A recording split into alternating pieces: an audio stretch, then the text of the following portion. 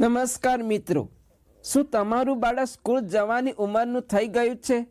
શું તમારા મનમાં પણ મૂંઝવણ છે કે ગુજરાતી કે ઇંગ્લિશ મીડિયમમાં ભણાવવું? તો તમે યોગ્ય જગ્યાએ છો.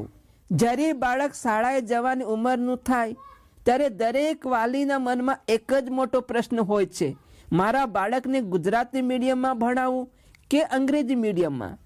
આ એક એવો નિર્ણય છે જે બાળકના આખા ભવિષ્ય પર અસર કરે છે. આજે આપણે આ બંને માધ્યમોના ફાયદા, ગેરફાયદા અને વાસ્તવિકતા વિશે વિગતવાર ચર્ચા કરીશું, જેથી તમે સાચો નિર્ણય લઈ શકો. જો તમે અમારા ચેનલ પર નવા હોય તો ચેનલને સબસ્ક્રાઈબ કરી દો. માતૃભાષામાં શિક્ષણ, ગુજરાતી માધ્યમના ફાયદા. વિષયની સ્પષ્ટ સમજ. બાળક જે ભાષા ઘરમાં બોલે છે તેમાં વિજ્ઞાન કે ગણિત સમજવું ઘણું સરળ રહે છે. સર્જનાત્મકતા. માતૃભાષામાં બાળક વધુ પ્રશ્ન પૂછી શકે છે અને વધુ વિચારી શકે છે. સાંસ્કૃતિક જોડાણ. ગુજરાતી સાહિત્ય, કવિતાઓ અને સંસ્કારો સાથે બાળક સીધું જોડાયેલું રહે છે. ઉદાહરણ તરીકે વિચારો કે એક 5 વર્ષનું બાળક ભરતી અને ઓટ વિશે શીખી રહ્યું છે.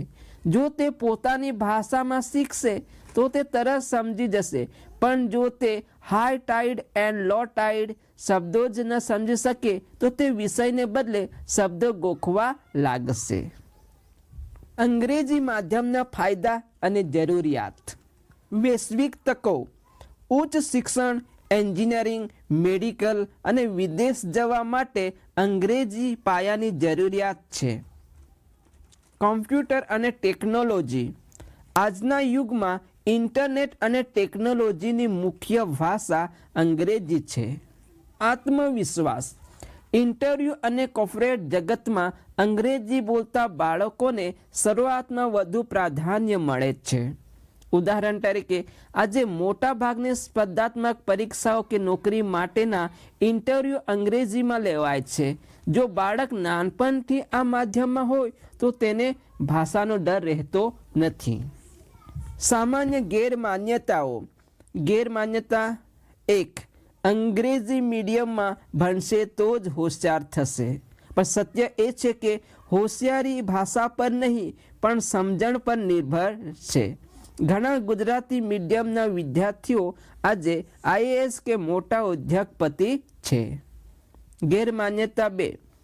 ગુજરાતી મીડિયમમાં ભણશે તો અંગ્રેજી આવડશે જ નહીં. પણ સત્ય એ છે કે જો અંગ્રેજી વિષય પર યોગ્ય ધ્યાન આપવામાં આવે તો ગુજરાતી મીડિયમનો વિદ્યાર્થી પણ ફાંકડું અંગ્રેજી બોલી શકે છે. હવે જાણીએ કે નિર્ણય કેવી રીતે લેવો. નિર્ણય લેતી વખતે આ 4 બાબતો તપાસો. 1. ઘરનું વાતાવરણ. જો ઘરમાં કોઈને અંગ્રેજી નથી આવડતું તો અંગ્રેજી મીડિયમના બાળકને લેસન કરાવવામાં મુશ્કેલી પડી શકે. 2. બાળકની ક્ષમતા. દરેક બાળકની શીખવાની છતી અલગ હોય છે. 3. શાળાની ગુણવત્તા. માધ્યમ ગમે તે હોય પણ જો શિક્ષકો સારા નથી તો શિક્ષણ નકામું છે. 4. ભવિષ્યના લક્ષ્યો. જો તમારે બાળકને વિદેશ મોકલવો છે તો અંગ્રેજી માધ્યમ પાયો મજબૂત કરશે. અંતમાં એટલું જ કહીશ કે ભાષા એ માત્ર માધ્યમ છે, જ્ઞાન નથી. તમે તમારા બાળકની ક્ષમતા અને તમારી સગવડ મુજબ નિર્ણય લો. હવે તો નવી શિક્ષણ નીતિ મુજબ પણ પ્રાથમિક શિક્ષણ માતૃભાષામાં આપવા પર ભાર મૂકવામાં આવ્યો છે. યાદ રાખો, મજબૂત પાયો સફળ ભવિષ્ય બનાવે છે. હા, અને આ વિડીયો જો સારું લાગ્યો હોય તો લાઈક કરો અને ચેનલને સબસ્ક્રાઈબ કરી દો. ફરી જલ્દી મળીશું. આભાર. જય હિન્દ.